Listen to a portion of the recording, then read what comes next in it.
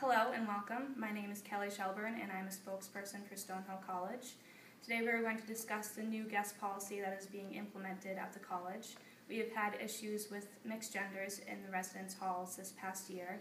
So next year we'll be implementing a new rule that students of mixed genders will not be allowed in the same room as each other with past hours past 12 o'clock p.m.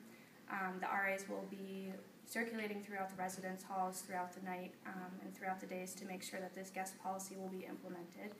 Any questions or concerns, you can direct yourselves to Residence Life at Stonehill College. Any questions?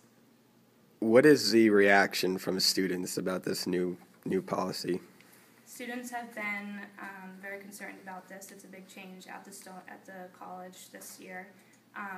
There have been a lot of concerns, and people have been voicing their concerns to Residence Life, but